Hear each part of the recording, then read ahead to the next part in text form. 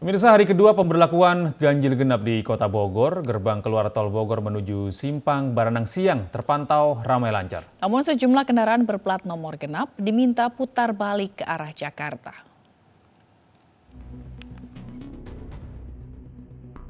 Petugas gabungan melakukan penyekatan di gerbang tol Bogor.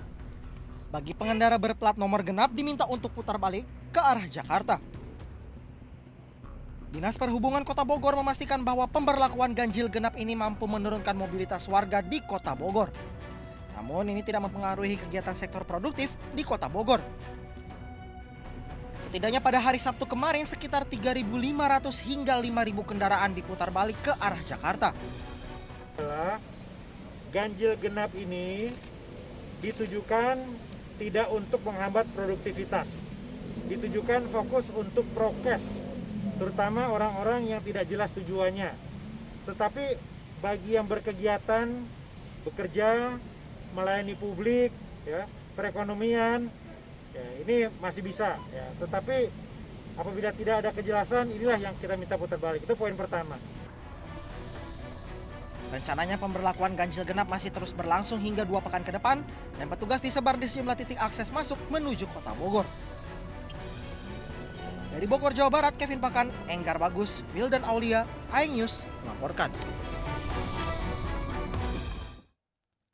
Alat tes COVID-19 hasil temuan Universitas Gadjah Mada Genose kini menjadi alternatif persyaratan perjalanan jarak jauh selain swab dan tes antigen.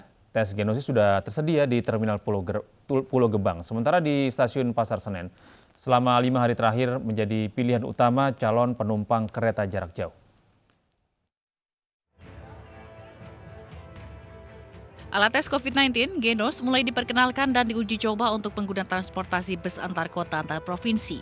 Minggu 7 Februari 2021, calon penumpang bus di Terminal Pulau Gebang bisa memilih tes Genos sebagai syarat perjalanan selain rapid test antigen. Hanya tersedia 2 alat tes Genos C19 di Stasiun Pulau Gebang di masa uji coba ini. Uji coba akan dilakukan secara acak kepada calon penumpang yang berada di terminal kelas A. Selama masa uji coba, tes Genos akan diberikan secara gratis. Direktorat Jenderal Perhubungan Darat Budi Setiadi mengatakan uji coba tes Genos C19 di Pulau Gebang sesuai dengan arahan Satgas COVID-19. Kami baru saja memulai pelaksanaan penggunaan alat Genos ini di Pulau Gebang. Dan nanti secara bertahap, karena tergantung dengan pengadaan alatnya, kami sudah memesan kepada UGM. Kalau alatnya secara bertahap sudah datang, akan langsung kami terapkan di beberapa terminal penumpang tipe A di seluruh Indonesia. Selain itu juga adalah di penyeberangan, jadi Merak, Bakauheni, Ketapang, Gilimanuk juga akan kami lakukan demikian. Dan karena disampaikan oleh Bu Adita tadi bahwa kita sifatnya random sampling, memang sifatnya kami menghimbau dan juga mengajak masyarakat yang mau melakukan perjalanan dengan menggunakan moda transportasi bus dan penyeberangan, itu akan kami ajak untuk melakukan screening dengan menggunakan Genos ini. Secara mekanisme atau proses penggunaan Genos di Terminal Pulau Gebang sama seperti yang dilakukan di Stasiun Pasar Senen. Penumpang disarankan untuk tidak makan dan minum yang menyengat selama 1 jam sebelum tes kecuali air putih. Di hari kelima penyelenggaraan tes Genos C19, penumpang di Stasiun Pasar Senen, Jakarta masih diminati calon penumpang. Hingga Minggu siang, sudah lebih dari 300 calon penumpang yang melakukan tes Genos. Antusiasme masyarakat lebih tinggi dibanding mereka yang memilih rapid test antigen sebagai syarat perjalanan kereta api jarak jauh. Karena antusiasme yang tinggi, Stasiun Pasar Senen kini menyediakan 10 alat tes Genos. Sejumlah calon penumpang lebih memilih tes Genos karena dinilai lebih murah dan lebih praktis. Nantinya, dalam kurun waktu 3 hingga 5 menit akan diketahui hasil dari Genos C19 ini apakah positif atau negatif. Tim Liputan iNews melaporkan. Kekhawatiran lansia tidak bisa mendapat vaksin COVID-19 akhirnya terjawab. Badan POM telah mengeluarkan izin kelompok lansia bisa masuk daftar penerima vaksin COVID-19 CoronaVac produksi Sinovac.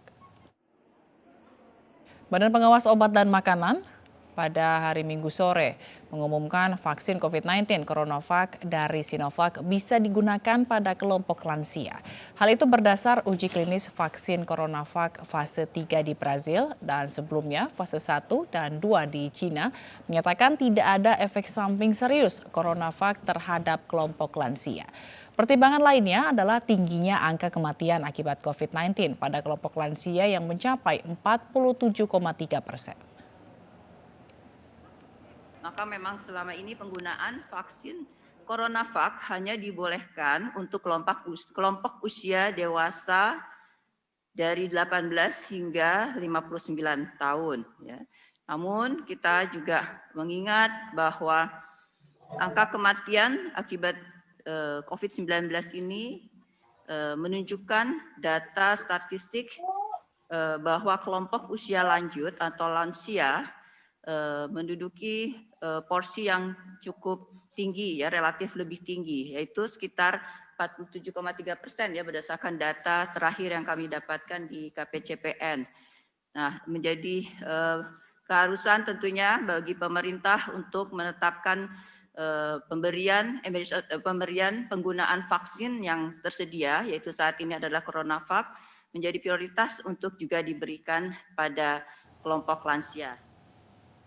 Menteri Kesehatan Budi Gunadi Sadikin menyambut baik BPOM mengeluarkan izin vaksin untuk warga di atas 60 tahun berdasarkan uji klinis ketiga di negara-negara di luar Indonesia. Vaksinasi perdana bagi tenaga kesehatan berusia di atas 60 tahun akan dilaksanakan Senin 8 Februari 2021 pukul 9 waktu Indonesia Barat. Vaksinasi untuk orang-orang dengan usia di atas 60 tahun bisa kita mulai. Dengan prioritas pertama adalah tenaga kesehatan dengan usia di atas 60 tahun. Jadi mereka adalah orang-orang yang terekspos terhadap vaksinnya banyak, sering, dan juga mereka orang-orang yang berisiko fatalnya tinggi. Ya. Kita akan mulai insya Allah besok jam 9 pagi. Penyuntikan bagi orang-orang berusia di atas 60 tahun diutamakan dimulai dengan tenaga kesehatan yang di atas 60 tahun. Pemirsa, video seekor anjing yang patuh peraturan lalu lintas dan protokol kesehatan di kota Tasikmalaya, Jawa Barat viral di media sosial. Anjing bernama Joy tersebut bahkan juga memakai helm saat berkendara bersama majikannya.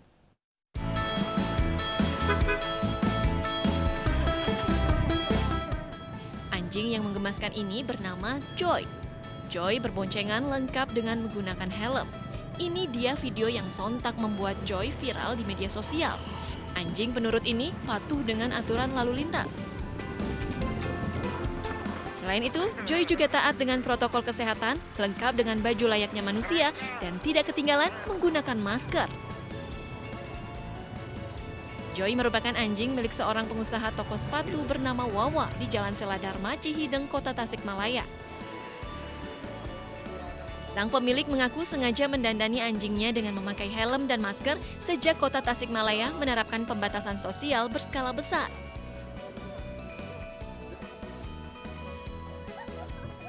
Dipakai baju nggak apa-apa, dipakai helm, pakai masker nih gimana?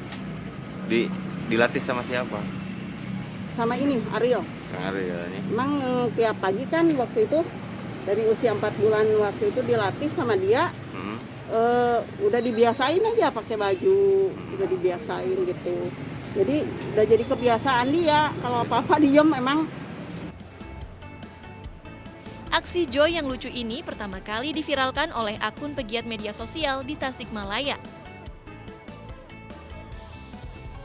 Ada gambar, saya posting di Instagram.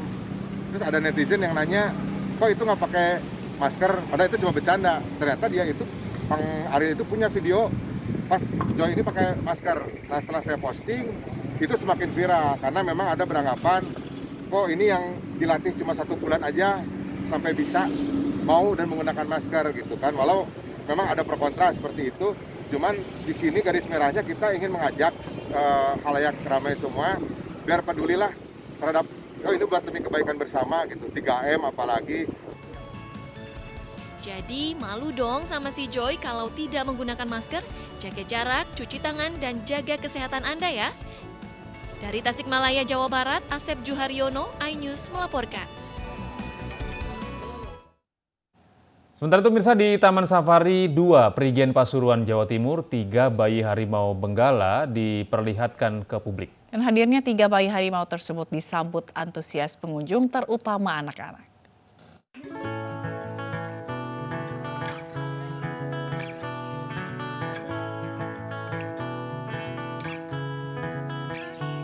Tiga anak harimau benggala di Taman Safari 2 Prigen Pasuruan, Jawa Timur yang dilepaskan dari indukannya diperlihatkan kepada wisatawan setelah 3 bulan berada di kandang karantina.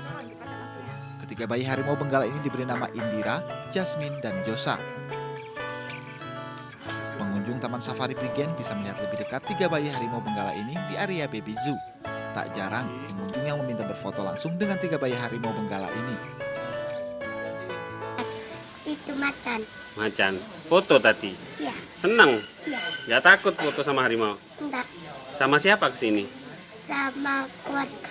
Sama keluarga. Lihat itu. Harimau. Lihat harimau. Senang? Senang. Takut apa enggak tadi foto sama harimau? Takut apa enggak? Enggak takut. Indira, Jasmine, dan Josa ini lahir pada tanggal 5 Oktober 2020 dari pasangan betina bernama Isita dan jantan bernama Sahrul dengan proses kelahiran normal. Dengan bertambahnya 3 bayi benggala ini, koleksi harimau di Taman Safari 2 berjumlah 19 ekor. Dari Pasuruan, Jawa Timur, Jaka Samudra, iNews melaporkan.